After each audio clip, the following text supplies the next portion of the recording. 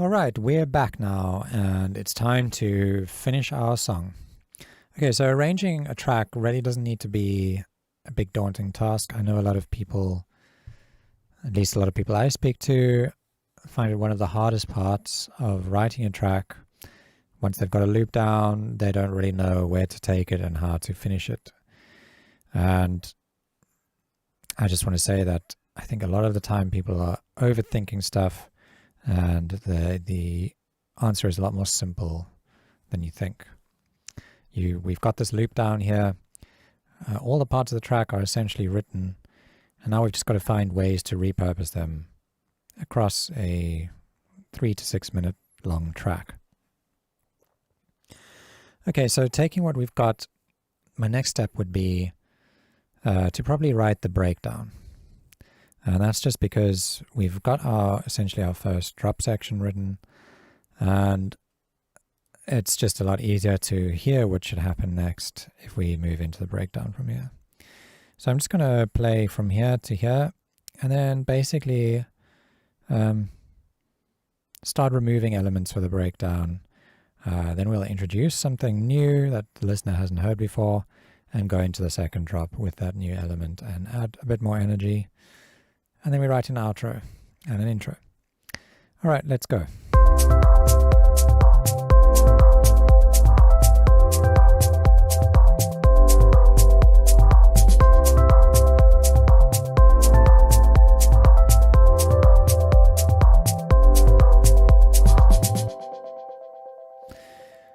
So I'm thinking what we should have now is I'm hearing the melody go dum dum, and then just ring out for a bit.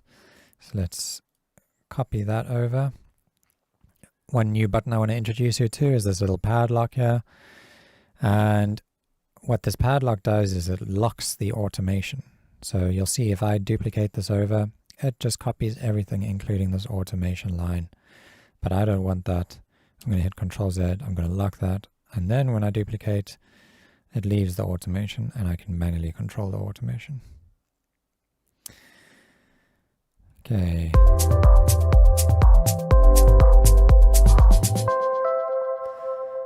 So I wanted to feel like it resolves here. And in my head, it resolves by staying on that C. So let's just have that ring out like this.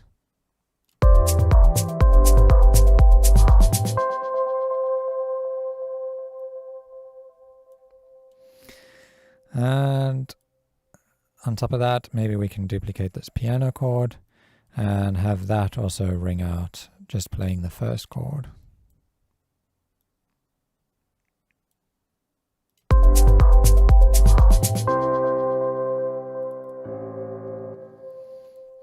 And let's just delete those notes.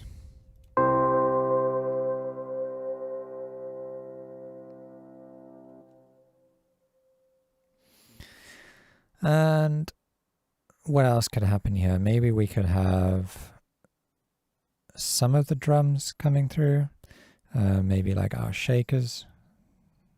Let's listen to this.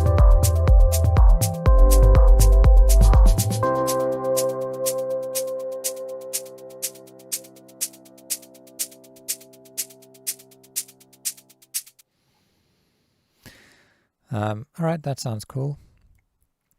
I think it's time to start introducing a new element. Maybe what we can do is make like a pad or something for the breakdown.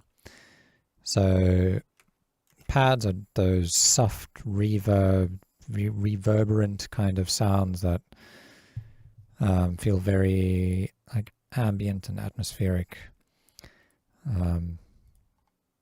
Let's do that. So I'm going to copy this MIDI from our piano chords. When up here, I'm going to just Control C and then copy it down here. And let's go into sounds and choose a pad sound. Let's listen to this one.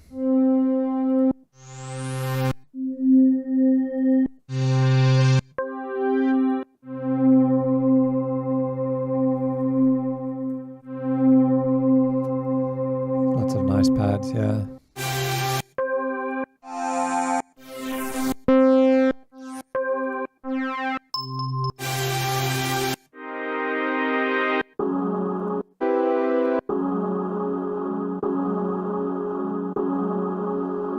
That one sounds like it's got quite a nice character to it. Let's try that, see how it sounds. You can always change it later. Oh, doesn't sound nice at all.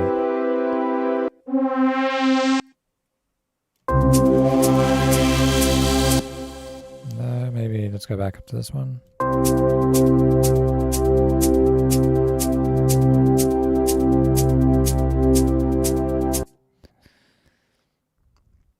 Yeah, let's stick with that one. And maybe what we can do is filter it in over time with automation. So let's automate something. Let's hear how it sounds to move this frequency up.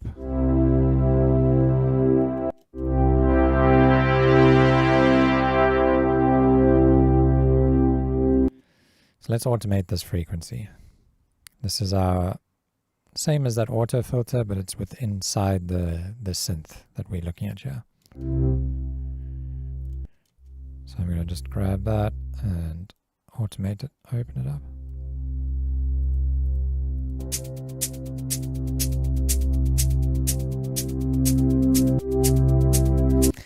Okay, so now what happens is, because this is on a loop, the note starts over again. And that filter re-triggers and it doesn't sound very nice. Listen to this. So I don't want that little jump to happen. So I just need to make this section twice the length. So let's just change the length here to 8. And then we'll just highlight all of these and drag them to the end. And here's another new little tip for you. If you ever want notes to just encompass the entire clip, to go all the way across, you can highlight them and just click on this legato button.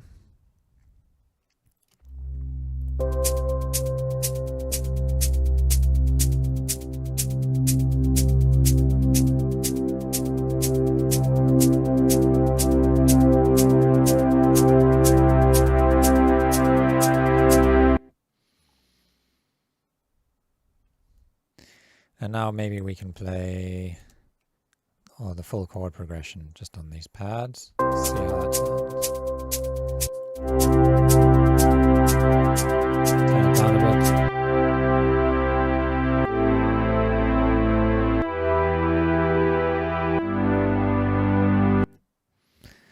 bit. It sounds alright. The problem is little changes, chord changes don't sound very nice. I think I'm going to ditch that idea and maybe go back to the piano, but just a very filtered down version of the piano. So I'm going to bring that filter all the way down again.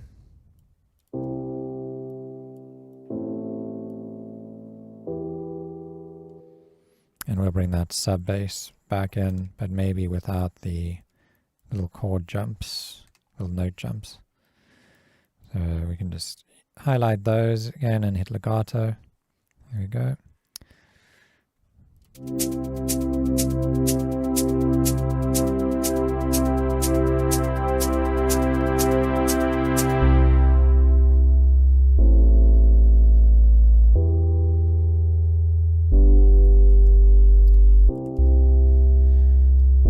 So I've duplicated those again.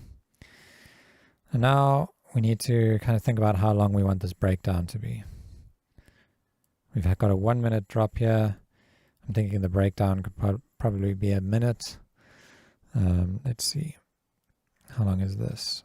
That's 47 seconds, which is probably actually okay. And then we'll drop back into the drums. So let's just keep on duplicating these up until the end. And what I'm thinking is,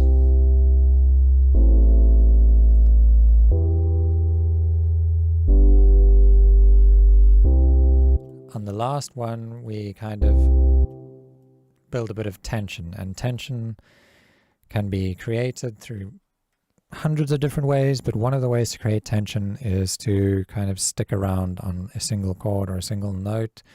That creates tension because the listener's kind of waiting for something to change. and it's like, ooh, what's going to happen? What's going to happen? So if we just change this and select that, make one note through that whole clip, and then on this one again, delete the last few chords, and make that legato again. Oh, why is it not working? It's because we've got other chords here, other notes. Make that legato.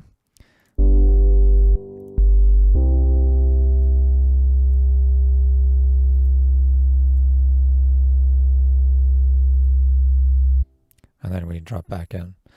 Okay, but this is a bit boring. We're just listening to the same old chord progression, but it's even more simple because we don't have those changing bass notes, those little bass jumps again.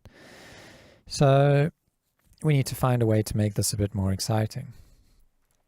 What about repurposing this lead melody and layering it up, maybe adding some changes to it? Let's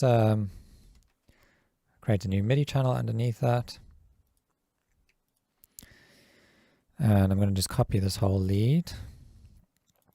And we'll play it maybe on a different synth sound. Let's go through here and find, let's look at maybe like piano and keys or synth keys or something. Let's just try a few different sounds.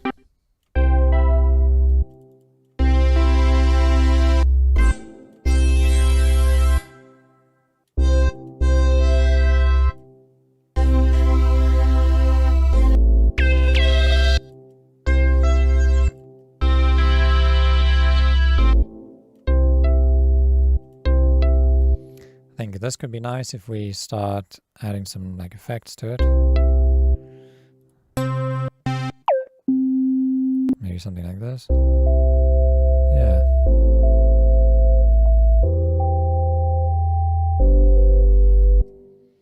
What about if we take this and reuse it here and kind of make a counter melody, something that plays like a, not really a counter melody, but like a call and response kind of melody.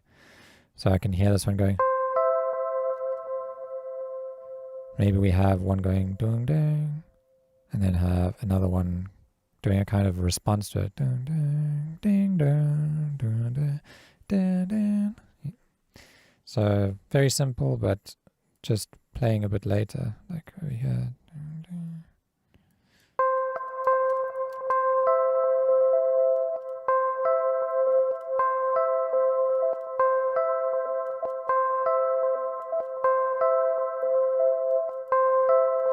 But we can play a different melody on this one.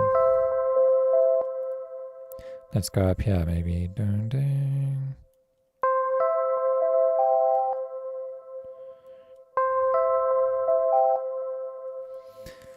Okay, I'm just going to delete all of this. And here we can just copy this across a few times.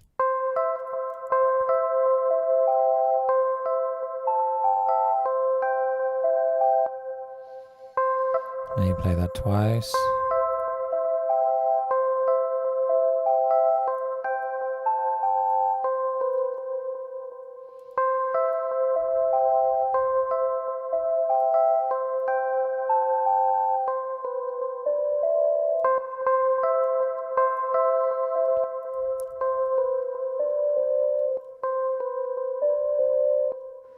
Yes, that's kind of like a call and response thing. Let's duplicate that across. And the last one.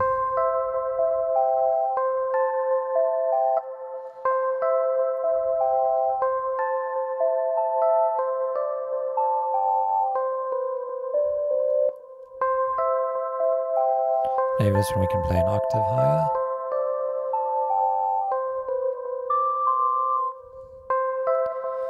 Oh, not. It's a bit too harsh. And let's add some effects to this. And maybe filter this melody down.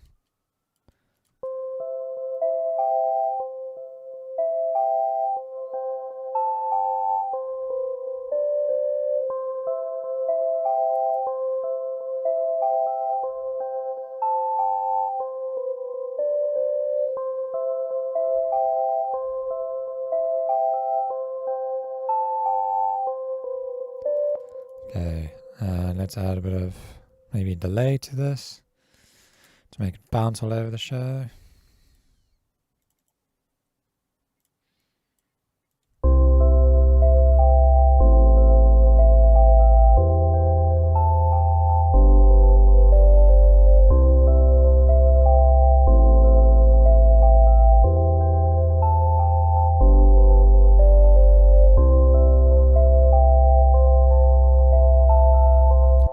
And then we want to create that tension. So what about if we just loop this again, loop that again.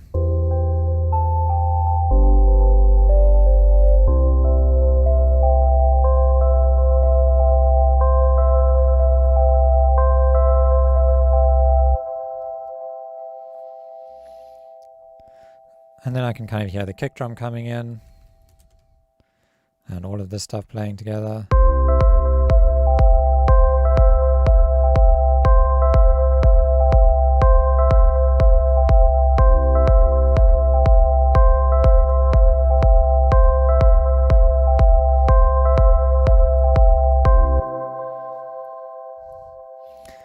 And then we can start building it up.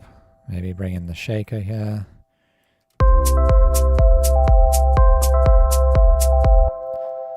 And maybe this one too.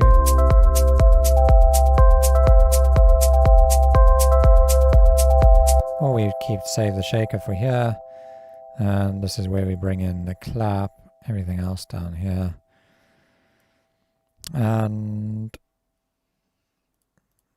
we also need the tom to land on this beat here.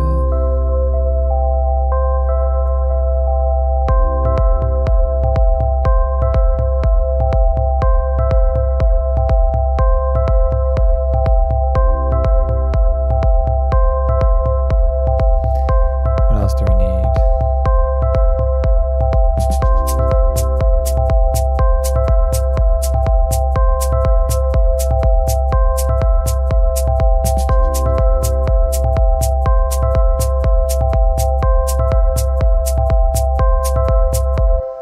Now we can copy this whole sequence across here. So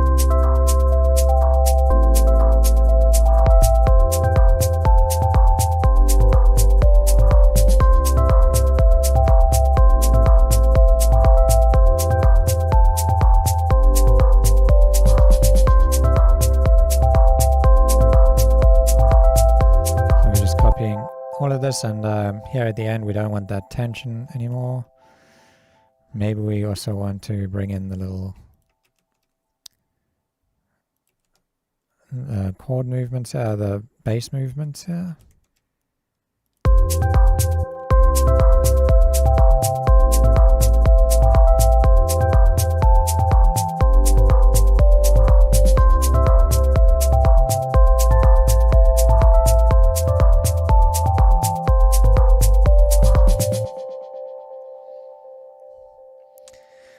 Okay, so we can start making this a bit more interesting. What about taking this little pad sweep and putting it right before the drop? I want to do it exactly the same way it's been done here with that sweep opening up. So I want to actually copy the automation over this time. So now I'm going to turn that padlock off. Copy that and paste it here.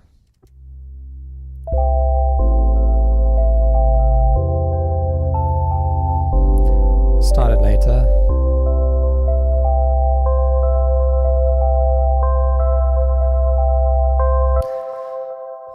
We just need to make sure that these notes, if we have a look, I kind of dragged this from this direction to here. So now the notes are being cut off. We need to highlight them all and just make sure they're starting from the beginning here.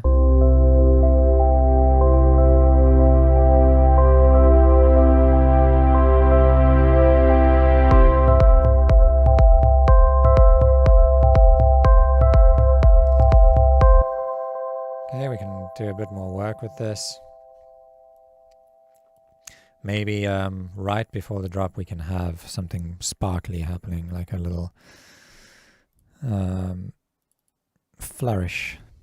So I've just made a new MIDI channel So I'll just do that again, Control-Shift-T, and we're going to double click here to make a new MIDI note. And what I'm going to do is I'm just going to open up Operator, which is an instrument. And I'm going to basically just walk up the C major scale, starting from C. Actually, let's, rather than starting from C, let's make it a little darker and start from A, which is like A minor. And we'll just go up like this. See how this sounds? Let's see how it sounds to go up from C.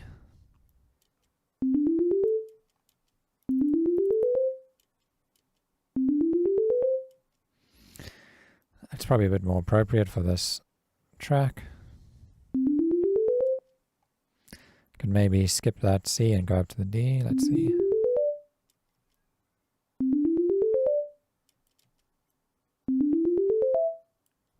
Something like that, maybe. You can do, let's see how that sounds in context.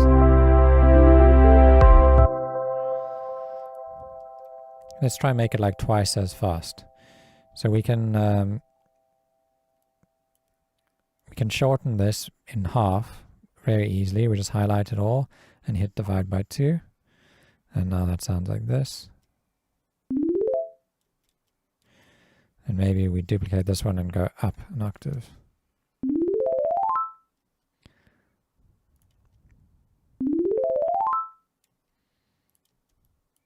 Let's put this one down there.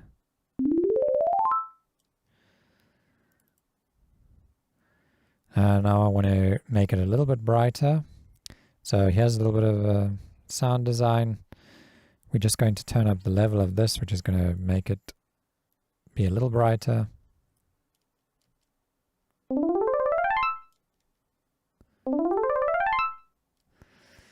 And I'm going to add a delay. I'm not going to get into sound design fully just yet and like explain every little knob that I'm turning here. I think we're going to do a whole separate section for sound design, and with each track we make it's going to get a bit more complex, and so I'll start explaining stuff in the more advanced tracks. Alright, so I want some ping pong and a long feedback, and I'm going to add a reverb after that, a long decay. And let's see how that sounds.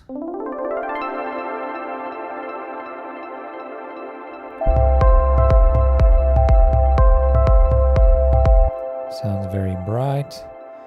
Let's see how this sounds.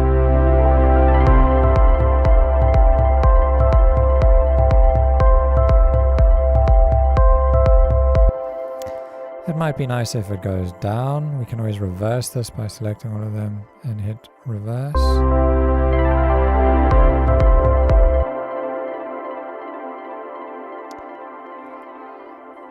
Hang on, let me just pause it. Hang on. Okay. So, sorry, I just had to pause that. I was interrupted. Where were we? Don't really like the sound of that. Let's just keep on trying some different notes for this. Maybe something a bit more simple, maybe something higher up. Let's go with like a...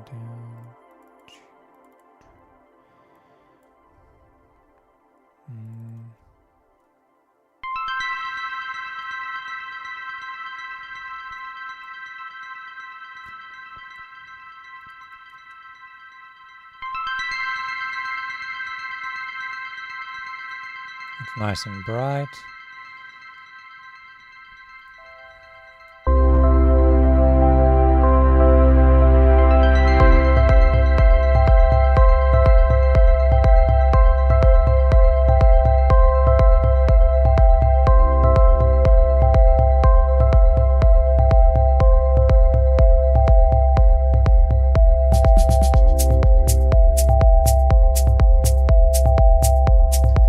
Quite like how this sounds filtered down there, so maybe what we can do is filter this down all the way over here. Let's see how that sounds.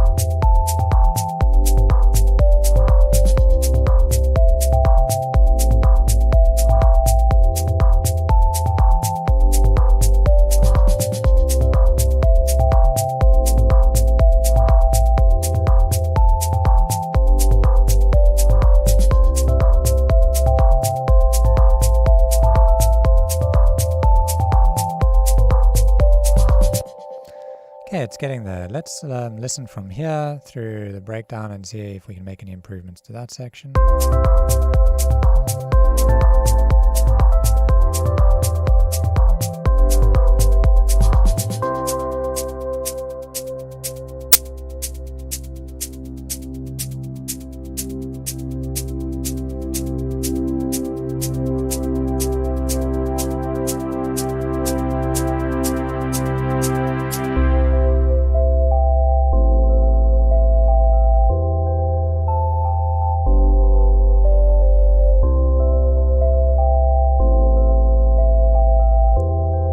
Bringing the ARP in, maybe on the, let's try it over here, or let's try maybe bring it on the drop.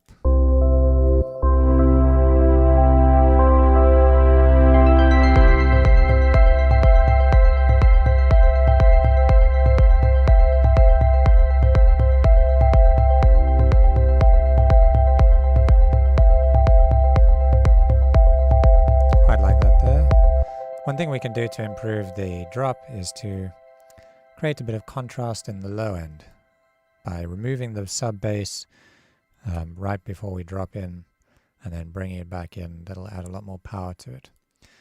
So we can do that using our auto filter. I'll just search auto here. We're going to go to our sub bass, double click on the auto filter, change this to a high pass filter, which is going to be removing the low end. And now with our sub bass, we can slowly turn this up to take all of the energy out of the low end. And we're going to do that like right before the drop hits.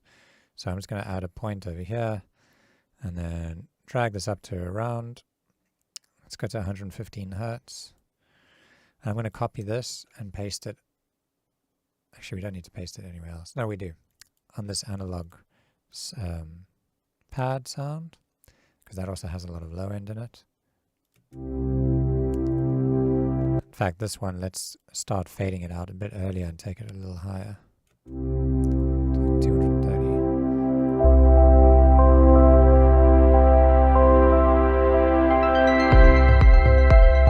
Now I can feel that warmth of the low end when it comes back in. I think I'm going to fade this out a bit earlier.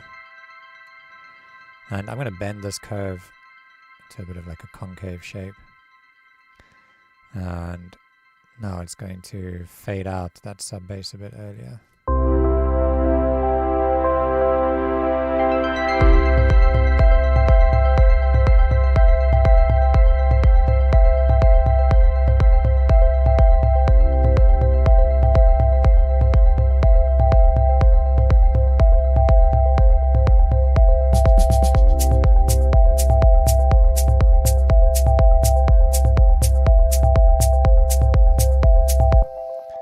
Okay, I think in the drums we can add a little more variation. How about introducing a new kind of hi-hat over here? Maybe a ride or something. Here in my sample pack, I've got this, you'll see, where is it? hat and a gentle hats. Under the loops, we've got these ride loops that I've made. And that'll add a nice bit of variation. If you don't have the sample pack, you can always go and just find a ride sample and put it into the track. Or you can use this one. I'm just going to drag it and drop it over here. And I'm just going to turn it down a bit.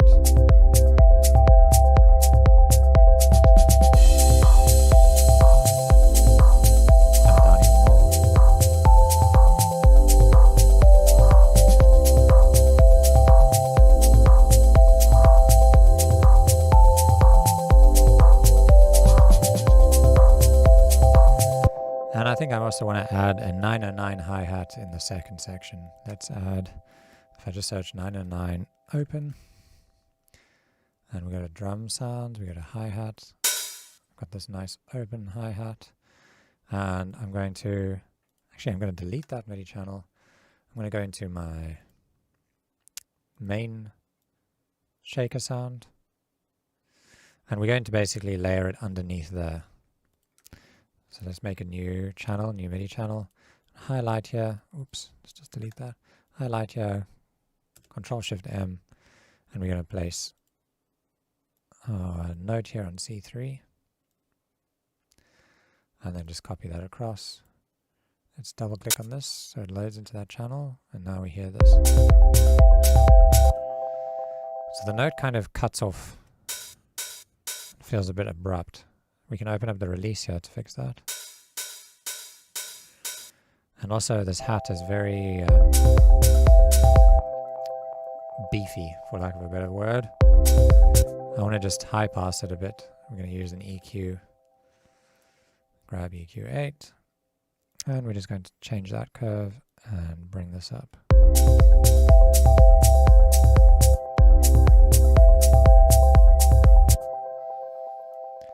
Okay, and let's bring this across. And now we listen to the drop.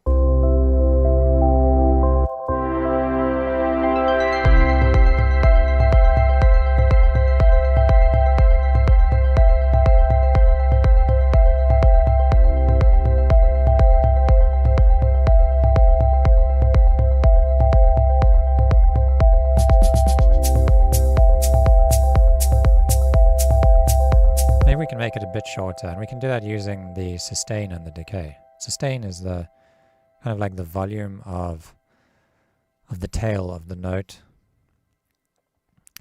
or of the sample, and I'm going to bring that down to -27, and then I'm just going to control the length of it using this decay.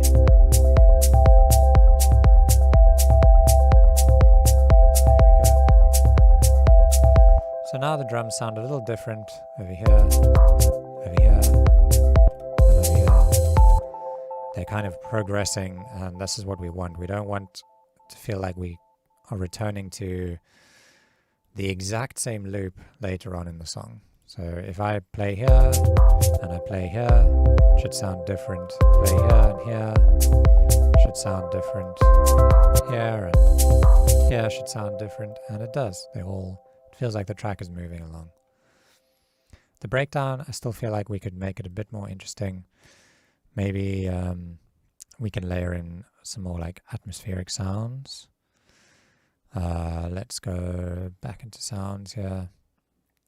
Let's go to ambient and evolving. Let's find, I know this Dark Swarm one sounds nice.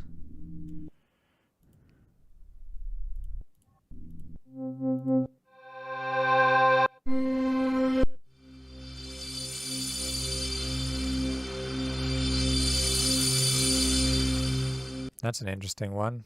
Let's try that. I'm going to make another new MIDI channel here. And let's paste that over there.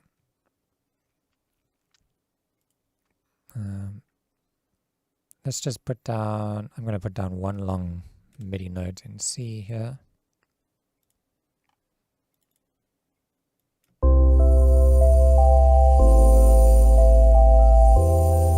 Maybe a bit lower.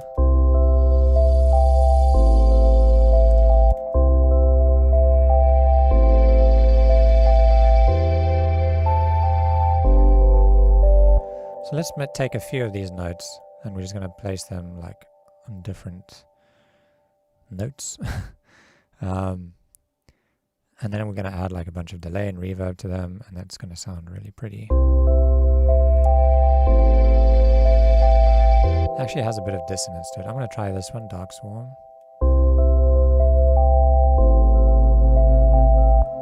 And make it a bit higher. We're going to go up a couple octaves.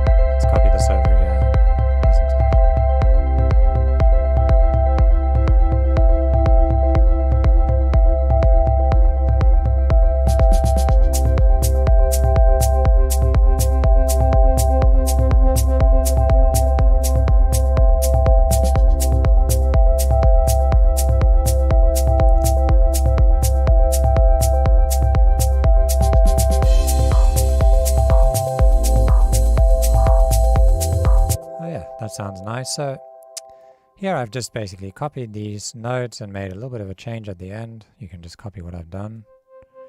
And you can see I'm just playing with notes in key and they just sound really good. Sounds nice. I'm basically playing with the C major chord. We've got C, E, and G. If I place these on top of each other, you can see we've got that C major chord again. And instead of doing that, I'm just playing them one after the another with a ready ambient sounding pad, and it's working out really nicely. At the end, yeah, we're moving up to the C again.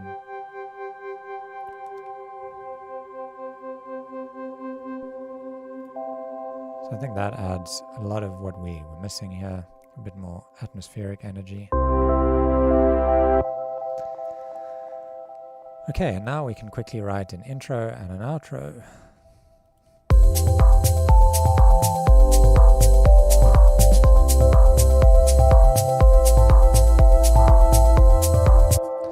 Okay, we don't want the chords to be doing this. We want the chords to be changing. So here in the outro, maybe we just repeat the chord progression, and we can have these notes playing. Maybe the tail end of this can repeat. Something like this.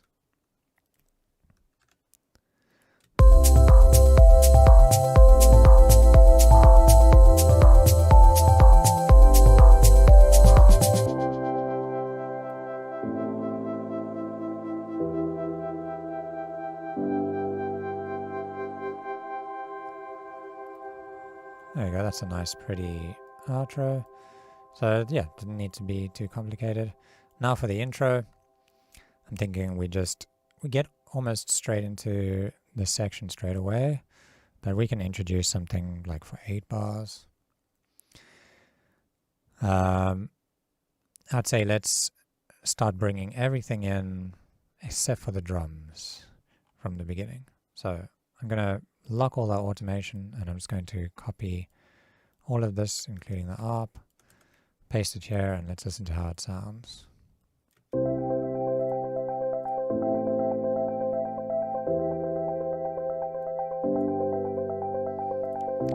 The piano sounds a bit thin because it's missing all that low end. Let's turn this EQ off, and we'll turn it on just for the rest of the track. See here, sorry, I forgot to explain that. These switches turn plugins off and on, or effects off and on.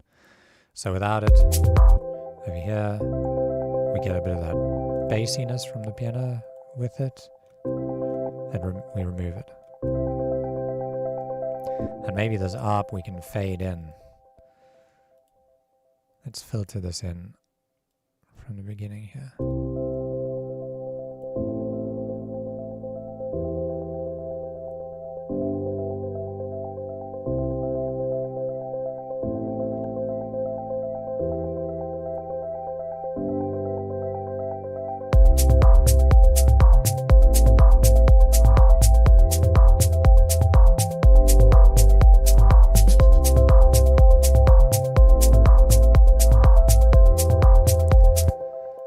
Okay, so this is a very, very simple track. This is your first track ever. We're not going to be doing any fancy mastering or anything. In fact, we can do some very simple mastering quickly before we call it finished.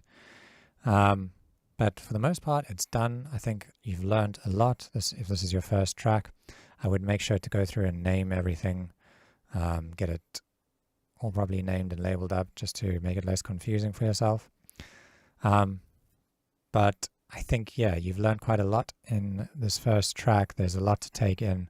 So my advice before you continue on to the next track, follow along with me, is to go out and make 3 or 4 different tracks using all these techniques that you just learned.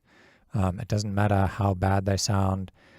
Just experiment with different chord progressions. You can always go onto Google and just search for different chord progressions, or you can do it by ear like I did here. But you really need to like kind of drill everything into your brain about what we've just learned. So a lot of repeating the same things over and over again, making new MIDI channels, writing progressions and melodies, adding instruments, using automations, yeah, basically everything we covered.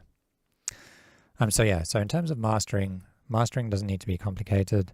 It is a very complex field, and people spend their lives becoming really good mastering engineers, but for somebody who's just learning Ableton and is very brand new, all you need to know is that all we're going to be putting onto our master channel is something called a limiter, and that's just going to make the track as loud as it can be without it distorting and sounding ugly, like when it goes into the red. So here we're just going to search for limiter. I'm going to double click on that. And we're going to go to the busiest part of the track, this part.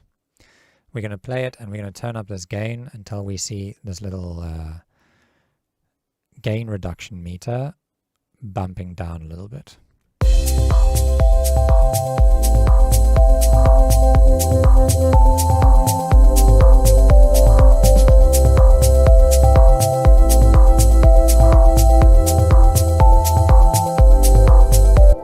So all this limiter is doing is it's waiting for the signal to cross over this 0 threshold, and then it just takes that signal and turns it down in real time very quickly, which is that little meter that's tucking it down. You can see it's turning it down.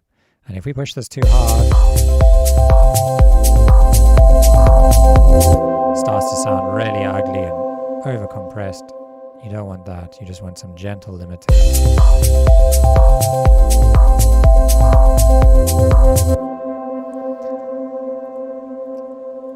Okay, and if you're worried about mixing, you hear about people saying, oh, you need to make sure your track is mixed well. Well, we've been doing mixing all the way through our composition, every step of the way. Every time we put a filter on or EQ it or change the volume of something to make it fit the track, that is mixing. And this is typically how I work, and probably most electronic musicians work. We don't just throw everything in at random volumes and then at the end try and mix it all. We're kind of mixing as we're going along. And don't worry if your track doesn't sound like mine, if it doesn't sound as balanced. It's all about building up your ear, and you have to do that by writing tons and tons of tracks. So the more tracks you write, the more you'll be able to tell whether or not something is set at the right volume or if something's too loud. But yeah, let me stop talking now. Let's listen to the very first track we've written together and see how it turned out. Ready, steady, go.